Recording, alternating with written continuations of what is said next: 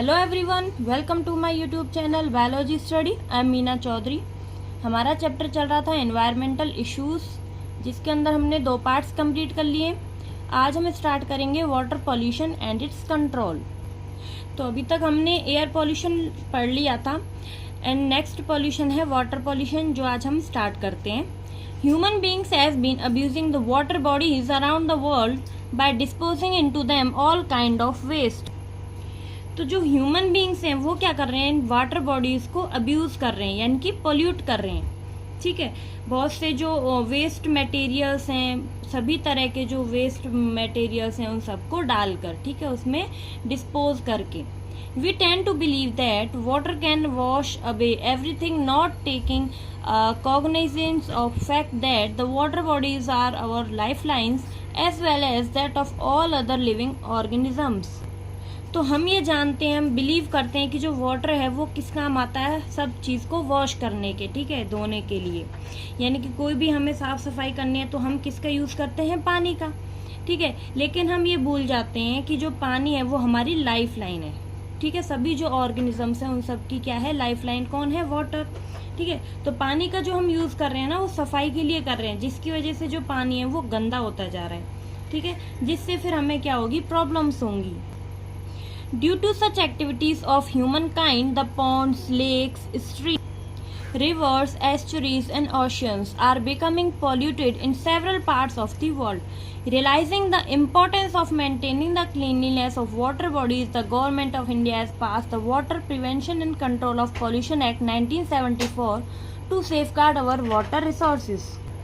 तो ये जो ह्यूमन एक्टिविटीज़ हैं उनकी वजह से क्या हो रहा है, तालाब, झीलें, नदियाँ, एस्चुरीज, समुद्र, ये सब क्या हो रहे हैं, पॉल्यूट हो रहे हैं। ठीक है, तो अब हम लोग के जब ये रियलाइज़ हुआ कि जो हमारा वाटर है वो हमारे लिए बहुत इम्पोर्टेंट है, उसको मेंटेन रखने के लिए, उसको क्लीन रखने के लिए हमें कुछ एक्शन लेना होगा।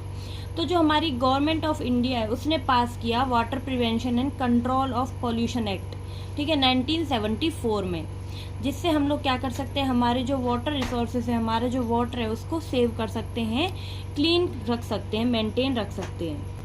तो आपको ये याद रखना है, वाटर मैनेजमेंट एक्ट कब आया था, 1974 में। ठीक है, जो हमारी गवर्नमेंट ऑफ इंडिया ने पास किया था। अब आता है domestic sewage and industrial effluents. तो डोमेस्टिक का क्या मतलब है, जो घरेलू, सीवेज मीन्स वेस्ट वाटर, यानी कि घरेलू जो वेस्ट वाटर है, जो घरों से गंदा पानी निकलता है। एंड इंडस्ट्रियल एफ्लुएंट्स मतलब जो इंडस्ट्री से, एफ्लुएंट मतलब कि जो गंदा पानी आ रहा है, निकल रहा है, यानी कि घरों से और जो इंडस्ट्री से पानी आ रहा है उसको हम लोग क्या करेंगे, कैसे उनसे हमारा जो वाटर है वो पोल्यूट हो रहा है, वो सब हम देखने वाले हैं। As we work with water in our homes, in the cities and town, we wash everything into drains। तो क्या होता है, जब भी हम वाटर से कोई काम करते हैं हमारे घर में, हमारे सिटीज़ एंड टाउन्स के अंदर कुछ भी हम धो रहे हैं, तो जो भी हमारा वेस्ट वाटर है वो कहाँ पे जा रहा है, नालियों में। ठीक है, have you ever wondered where the sewage that comes out our houses को। तो क्या आपको पता है जो ये वाटर है, जो वेस्ट वाटर हमारे घरों से निकल रहा है वो कहाँ पे जा रहा है। And what happen in villages, और गाँव में ऐसा क्या होता है कि जो वेस्ट वाटर है वो कहाँ पे जाता है। Is the sewage treated before being transported to the nearest river and mixed with it? तो ये क्या है, क्वेश्चन है, क्या जो ये सीवेज है, जो हमारा वेस्ट वाटर है, इसको जब हम लोग किसी भी पास वाली रिवर्स में डालते हैं तो उससे पहले हम इसको ट्रीट करते हैं या नहीं, यानी कि उसको सफाई करते हैं या फिर नहीं करते। तो ये क्या है, हमारे सामने कुछ क्वेश्चंस हैं कि जो भी हमारे घर से वेस्ट वाटर निकल रहा है उसका क्या होता है। ठीक है, जो हमारे विलेजेस में निकल रहा है वेस्ट वाटर उसका क्या होता है। क्या ये जो सीवेज है, वेस्ट वाटर है, इसको भी पहले जो रिवर है उसमें डालने से पहले, रिवर में मिक्स होने से पहले इसको कोई ट्रीटमेंट दिया जाता है, इसको साफ़ किया जाता है या फिर नहीं। ठीक है, A mere 0.1% impurities make domestic sewage unfit for human use। तो अगर ये जो वाटर है, सीवेज है, इसके अंदर अगर 0.1% भी इम्प्योरिटीज़ आ जाती है ना, तो फिर ये ह्यूमन यूज़ के लिए अनफिट होता है। ठीक है, यूज़फुल नहीं रहता है। You have read about sewage treatment plant in chapter 10। तो आपने इस चीज़ के बारे में पढ़ चुका है कि जो सीवेज ट्रीटमेंट प्लांट्स हैं वो कैसे काम करते हैं, वो हमने लास्ट जो चैप्टर 10 था उसके अंदर देख चुका है, समझ चुके हैं। ठीक है, तो अब देख लेते हैं हम figure 16.2 composition of waste water. ठीक है, जो वेस्ट वाटर उसका कंपोजिशन कैसे होता है, यानी कि जो इम्प्योरिटीज़ हैं 0.1% इम्प्योरिटीज़, उसके अंदर क्या क्या आता है। जैसे सस्पेंडेड सॉलिड्स के अंदर आ जाते हैं sand, silt and clay. Colloidal material के अंदर आ जाते हैं faecal matter, bacteria, clothes and paper fibres. And dissolve material के अंदर आते हैं न्यूट्रिएंट्स, जैसे कि nitrate, ammonia, phosphate, sodium, calcium. ठीक है, ये कुछ इम्प्योरिटीज़ हैं जो कि वाटर बॉडीज में पाई जाती हैं। Solids are relatively easy to remove. What is most difficult to remove are dissolved salts such as nitrates, phosphate and other nutrients, and toxic metal ions and organic compounds. तो जो solids हैं उनको तो फिर भी रिमूव करना easy है, लेकिन जो रिमूव करना जिनको डिफ़िकल्ट है वो क्या है, कुछ डिज़ोल्व सॉल्ट एंड जो कुछ न्यूट्रिएंट्स हैं वो, जैसे कि नाइट्रेट, फॉस्फेट और toxic metal ion and organic compounds. ठीक है, इनको रिमूव करना क्या है, थोड़ा डिफ़िकल्ट है। Domestic sewage primarily contain biodegradable organic matter which readily decomposes thanks to bacteria and other microorganisms which can multiply using these organic substances as substrate and hence utilize some of the components of sewage. तो जो घरों से sewage निकलता है ना, जो waste water निकलता है, उसमें क्या होता है, जनरली बायोडिग्रेडेबल ऑर्गेनिक मैटर होते हैं। ठीक है, ये जो बायोडिग्रेडेबल ऑर्गेनिक मैटर ये क्या होते हैं, इजीली जो माइक्रो ऑर्गेनिजम्स हैं उनके द्वारा डिग्रेड हो जाते हैं, यानी कि टूट जाते हैं, खत्म हो जाते हैं। तो इसीलिए हमें जो ये बैक्टीरिया इन कुछ माइक्रो ऑर्गेनिजम्स है ना, इनको थैंक्स करना चाहिए, क्योंकि जिसकी वजह से क्या हो रहा है, ये जो बायोडिग्रेडेबल ऑर्गेनिक मैटर है ये डिसॉल्व हो रहा है, खत्म हो रहा है। ठीक है, तो ये जो माइक्रो ऑर्गेनिजम्स है ये क्या करते हैं, मल्टीप्लाई करते हैं इस जो ऑर्गेनिक मैटर है इसको यूज़ करके। ठीक है, एज अ सबस्ट्रेट ये इसको यूज़ करते हैं, जिसकी वजह से क्या होगा, कुछ जो सीवेज है वो कैसा हो जाएगा, यूटिलाइज हो जाएगा, खत्म हो जाएगा। And it is possible to estimate the amount of biodegradable organic matter in sewage water by measuring biochemical oxygen demand. तो किसी भी सीवेज वाटर में हमें ये पता करना है कि उसमें जो बायोडिग्रेडेबल ऑर्गेनिक मैटर है वो कितना है, उसका अमाउंट कितना है। तो उसको हम पता कर सकते हैं कैसे, bye measuring biochemical oxygen demand, यानी कि बीओडी से मेजर कर सकते हैं हम उसको। तो जो बीओडी है यानी कि बायोकेमिकल ऑक्सीजन डिमांड है, हम उसको कैसे एक्सप्लेन कर सकते हैं।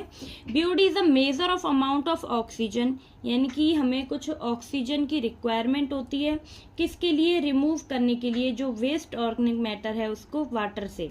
ठीक है, in the presence of decomposers, जो एयरोबिक बैक्टीरिया हैं उनकी हेल्प से। इनको हम कैसे बोलते हैं, a measure of amount of oxygen required to remove waste organic matter from water in the presence of decomposition by aerobic bacteria. ठीक है, figure 16.3 shows some of the changes that one may notice a following discharge of sewage into river. तो जो figure 16.3 उसके अंदर हम देखेंगे कुछ जो सीवेज है उसको जब रिवर में डिस्चार्ज किया गया तो आपने क्या नोटिस किया। Micro organisms involve in biodegradation of organic matter in the receiving water body consume a lot of oxygen and as a result there is a sharp decline in dissolve oxygen down stream from the point of sewage discharge. This cause mortality of fishes and other aquatic creatures. तो अब हम देखेंगे figure 16.3। जैसे ये क्या है, एक river. ठीक है, इस रिवर में क्या डाल दिया, BOM। ठीक है, इसमें डाल दिया हमने बायोडिग्रेडेबल ऑर्गेनिक मैटर। तो अब जो ये ऑर्गेनिक मैटर है जब ये इस रिवर में जाएगा तो क्या होगा, जहाँ पे ये बैक्टीरिया एंड माइक्रो ऑर्गेनिजम्स इस रिवर के अंदर जो प्रेजेंट होते हैं वो क्या करेंगे, इस ऑर्गेनिक मैटर को कंज्यूम करेंगे। ठीक है, तो अब जब ये इस ऑर्गेनिक मैटर को कंज्यूम करेंगे तो उसके लिए उनको किसकी ज़रूरत पड़ेगी, O2 की। ठीक है, कोई भी जो प्रोसेस इनको करनी है तो उसके लिए इनको ऑक्सीजन की ज़रूरत पड़ेगी। तो अब क्या होगा, जो ऑक्सीजन है वो तो कौन ले लेगा, ये बैक्टीरिया यूज़ कर लेंगे, जिसकी वजह से क्या होगा, तो जो O2 है वो क्या हो जाएगी, इस रिवर में कम हो जाएगी, यानी कि ऑक्सीजन कम हो जाएगी, जिसकी वजह से यहाँ पे जो अदर प्लांट्स एनिमल्स हैं उनको क्या है, ये O2 नहीं मिल पाएगी, जिसकी वजह से क्या होगा, जो ये एनिमल एंड प्लांट हैं वो ख़त्म हो जाएंगे, मर जाएंगे। ठीक है। तो जो BOD है वो होता क्या है, इनकी बायोकेमिकल ऑक्सीजन डिमांड क्या होता है कि ये जो ऑर्गेनिक मैटर है ना, इसको जो ये बैक्टीरिया कंज्यूम करने लगते हैं, तो ये बैक्टीरिया को O2 की जरूरत पड़ती है इस जो ऑर्गेनिक मैटर है इसको कंज्यूम करने के लिए। तो कितना O2 चाहिए इन ऑर्गेनिजम्स को, ये जो मैटर है इसको कंज्यूम करने के लिए, तो उसी को बोलते हैं BOD, यानी कि बायोकेमिकल ऑक्सीजन डिमांड। तो अब ये जो फिगर 16.3 है इसमें क्या दिया हुआ है, जैसे यहाँ पे क्या हुआ, ये कंसंट्रेशन है, ठीक है, कंसंट्रेशन ऑफ बायो जो BOM है उसकी, ठीक है। अब यहाँ पे क्या हुआ, सीवेज डिस्चार्ज किया गया, तो ये क्या था यहाँ पे BOD, यानी कि बायोकेमिकल ऑक्सीजन डिमांड जो है ब्लू कलर से शो की गई है, और रेड कलर से क्या है, डिसॉल्व ऑक्सीजन बताइए इस रिवर के अंदर, ठीक है। तो सबसे पहले क्या था, इसमें जो BOD है वो क्या थी, बहुत कम था, ठीक है, और जो इसमें ऑक्सीजन डिसॉल्व जो थी वो ज़्यादा थी। लेकिन जैसे ही हमने सीवेज डिस्चार्ज किया, इसके अंदर सीवेज डाल दिया, तो क्या हो गया, जो ये ऑक्सीजन डिसॉल्व थी ना वो कम हो गई, वो बहुत कम हो गई। क्यों? क्योंकि ये जो ऑर्गेनिक मैटर था इसको किसने कंज्यूम किया, बैक्टीरियाज ने, ठीक है, जिसकी वजह से ऑक्सीजन किसने कंज्यूम कर ली, बैक्टीरिया ने, और इसमें रिवर में क्या होगा, जो ऑक्सीजन है वो कम हो गई, ठीक है, और BOD बढ़ गई, ठीक है। अब जैसे BOD बढ़ा तो ऑक्सीजन कम हो गई। अब धीरे धीरे क्या होगा, आगे चलेंगे जब हम, तो अब ये जो BOD है वो कम होता जाएगा। क्यों? क्योंकि जो ऑर्गेनिक मैटर है वो भी कंज्यूम करते जाएंगे ना बैक्टीरिया, तो बैक्टीरिया इसको कंज्यूम करते जाएंगे, जैसे जैसे ऑर्गेनिक मैटर कम होता जाएगा तो बैक्टीरिया भी ऑक्सीजन कम यूज़ करेंगे, ठीक है। तो ऐसे करके क्या होगा, एक तरह से जब पूरा ऑर्गेनिक मैटर खत्म हो जाएगा तो ऑक्सीजन की जो अमाउंट है डिसॉल्व ऑक्सीजन वो क्या हो जाएगी, बढ़ जाएगी, और BOD क्या हो जाएगा, कम हो जाएगा, ठीक है। तो यहाँ पे जैसे ही क्या हुआ, सीवेज डिस्चार्ज किया तो फिश किल होने लगी, फिश मरने लगी, और जो वाटर है ना उसका जो कलर था वो कैसा होने लग गया, ब्लैक, यानी कि disappearance of clean water organisms.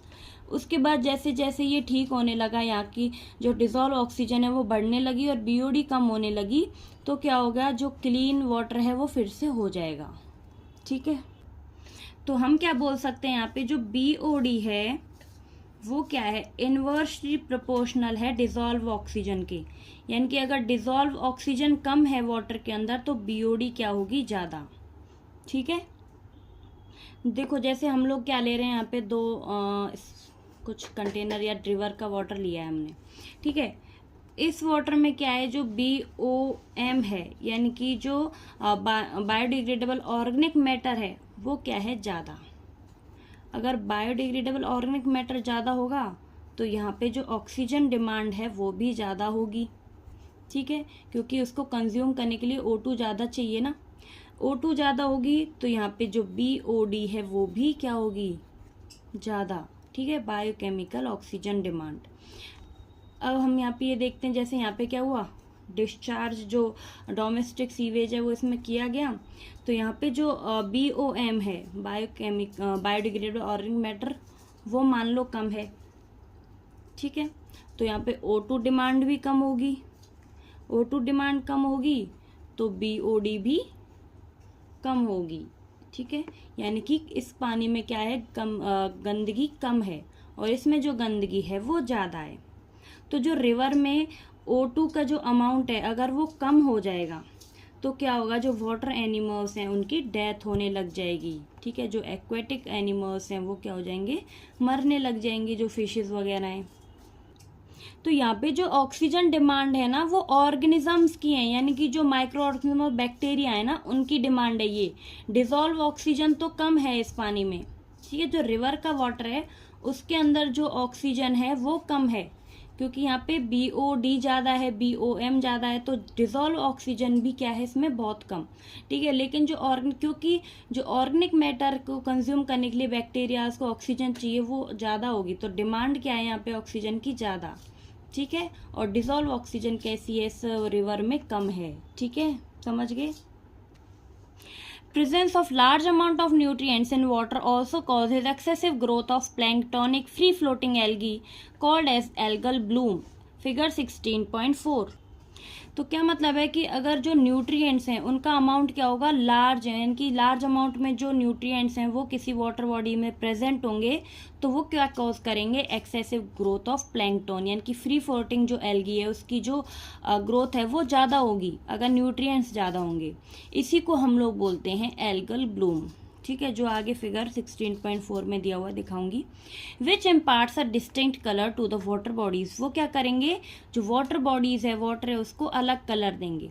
And algal Bloom causes deterioration of the water quality and fish mortality. और जो ये एल्गल ब्लूम है ये क्या करेगा, जो वाटर की क्वालिटी है उसको खराब कर देगा। ठीक है, जिससे क्या होगा, जो फिशेज हैं उनकी जो डेथ रेट है वो बढ़ जाएगी। ठीक है, some bloom forming algae are extremely toxic to human beings and animals. तो ब्लूम फॉर्मिंग का क्या मतलब है, बहुत तेजी से जो एल्गी है वो ग्रो कर जाती है, जिसकी वजह से ये क्या करती है, ह्यूमन बींग्स एंड एनिमल्स को बहुत टॉक्सिसिटी प्रोवाइड करती है, यानी कि बहुत टॉक्सिक होती है उनके लिए। And you may have seen the beautiful move coloured flower found on the very appealingly shaped floating plants in water bodies. And आपने देखा होगा जो ये मूव कलर यानी कि जो पेल पर्पल कलर फ्लावर्स हैं वो पाए जाते हैं फ्री फ्लोटिंग प्लांट्स की फॉर्म में वाटर बॉडीज के ऊपर। And these plants which were introduced into India for their lovely flowers have caused havoc bye there excessive growth by causing blocks in our waterways. तो ये जो plants हैं जब इनको बाहर से लाया गया हमारे इंडिया में, तो ये जो फ्लावर्स हैं इन्होंने क्या कर दिया, हैवॉक मीन्स तबाही मचा दी, क्योंकि इनकी क्या होती है, एक्सेसिव ग्रोथ होती है, यानी कि ये बहुत तेज़ी से ग्रो करते हैं, जिसकी वजह से क्या होगा, ये क्या करते हैं, ब्लॉक कर देते हैं वाटरवेज के लिए जो ऑक्सीजन होती है उसको क्या करेंगे, ब्लॉक कर देंगे, क्योंकि इनकी जो अमाउंट है वो एकदम से बढ़ जाएगा बहुत तेज़ी से। तो फिर ये अपने ग्रोथ बढ़ने की वजह से क्या करेंगे, जो वाटर फ्लो है उसको रोक देंगे, तो जिससे क्या होगा, they grow faster than our ability to remove them. तो ये क्या है, बहुत जल्दी ग्रो करने लग जाते हैं और इनको रिमूव करना थोड़ा मुश्किल हो जाता है। And these are the plants of water hyacinth Eichhornia crassipes, the world most problematic aquatic weed. और एक और है जो क्या है, वाटर हाइसिंथ, ये भी क्या है, बहुत प्रॉब्लमेटिक एक्वेट वीड था। जब इसको हमने बाहर से इंट्रोड्यूस किया था तो इसने भी जो अपनी अमाउंट है उसको बहुत तेज़ी से ग्रो किया, जिसको हम लोग बोलते हैं टेरर ऑफ बंगाल। ठीक है, तो इसने भी बहुत तबाही मचाई थी, जिसकी वजह से जो वाटर बॉडीज़ हैं वो भी मर गई थी, बहुत सारी जो नेटिव इंडिजिनस स्पीसीज थी ना वहाँ की, वो ख़त्म हो गई थी इसकी वजह से। Also called terror of Bengal. They grow abundantly in the eutrophic water bodies and lead to an imbalance in the ecosystem dynamics of the water bodies. तो ये भी क्या है, बहुत तेज़ी से ग्रो किया इसने, और फिर क्या हुआ, जो इम्बैलेंस था इकोसिस्टम का, एक्वेटिक इकोसिस्टम का, वो क्या कर दिया इसने, चेंज कर दिया। ठीक है, यानी कि जो और भी इंडिजिनस स्पीसीज थी उनको क्या हुआ, फिर बहुत हार्म हुआ। ठीक है, sewage from our homes as well as from hospitals are likely to contain many undesirable pathogenic micro organisms and its disposal into water without proper treatment may cause outbreaks of serious diseases such as dysentery, typhoid, jaundice, cholera, etc. तो जो ये waste water है, sewage है, जो कि home से आ रहा है, हॉस्पिटल्स से आ रहा है, उसमें क्या होते हैं, बहुत से जो पैथोजेनिक माइक्रो ऑर्गेनिजम्स है वो पाए जाते हैं। पैथोजेनिक मतलब जो हार्म करते हैं, ठीक है, पैथोजेनिक उनको बोलते हैं, जो कि कोई डिजीज़ फैलाते हैं। And it's disposal into water without, अगर हम लोग क्या करेंगे, इसको डायरेक्टली डिस्पोज कर देते हैं वाटर में बिना किसी ट्रीटमेंट के, बिना इसको साफ किए, तो ये क्या करेगा, कुछ जो सीरियस डिजीज़ हैं वो कॉज करेगा। ठीक है, जैसे कि डिसेंट्री है, टाइफॉइड है, जॉन्डिस, पीलिया है, कॉलेरा है, ये सब डिजीज़ किसकी वजह से होती है, वेस्ट वाटर की वजह से, यानी कि गंदे पानी की वजह से। Unlike domestic sewage, wastewater from industries like petroleum, paper manufacturing, metal extraction, and processing, chemical manufacturing, etc., often contain toxic substances, notably heavy metals defined as elements with a density more than 5 grams per centimeter cube, such as mercury, cadmium, copper, lead, etc., and a variety of organic compounds. इसी तरह जो domestic sewage है, यानी कि जो घरों से पानी आ रहा है, वेस्ट वाटर आ रहा है, या फिर इंडस्ट्रीज से जो पेट्रोलियम, जैसे कि पेट्रोलियम है, कुछ जो पेपर मैन्युफैक्चरिंग से जो वेस्ट आ रहा है, मेटल एक्सट्रैक्शन से जो वेस्ट निकल रहा है, ये जो प्रोसेसिंग है, केमिकल मैन्युफैक्चरिंग जो प्रोसेस है, इनसे जो वेस्ट आ रहा है ना, इनमें क्या होता है, कुछ टॉक्सिक सब्सटेंस होते हैं, ठीक है।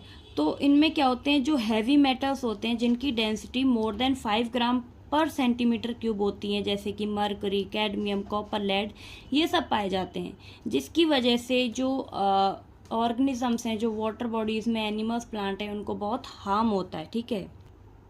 तो ये क्या था, वेस्ट वाटर यानी कि सीवेज जो कि हमारे घरों से निकल रहा है, जो हॉस्पिटल से, इंडस्ट्री से निकल रहा है, वो कैसे जो वाटर बॉडीज़ हैं उनको हार्म कर रहा है। और हमने देखा बीओडी यानी कि बायोकेमिकल ऑक्सीजन डिमांड के बारे में, कि उसमें क्या होता है, वो कैसे बढ़ती है, कब कम होती है, ठीक है। तो आज हम इतना ही करेंगे, बायोमैग्निफिकेशन, यूट्रिफिकेशन नेक्स्ट वीडियो में करेंगे। तो आज के लिए इतना ही। आई होप कि आपको वीडियो अच्छी लगी होगी। अगर आपको मेरा पढ़ाया हुआ अच्छा लगता है तो प्लीज़ चैनल को लाइक, शेयर एंड सब्सक्राइब करें। एंड कोई भी डाउट हो तो मुझे कमेंट बॉक्स में ज़रूर बताएं। मिलते हैं नेक्स्ट वीडियो में, तब तक के लिए bye bye, take care, thank you.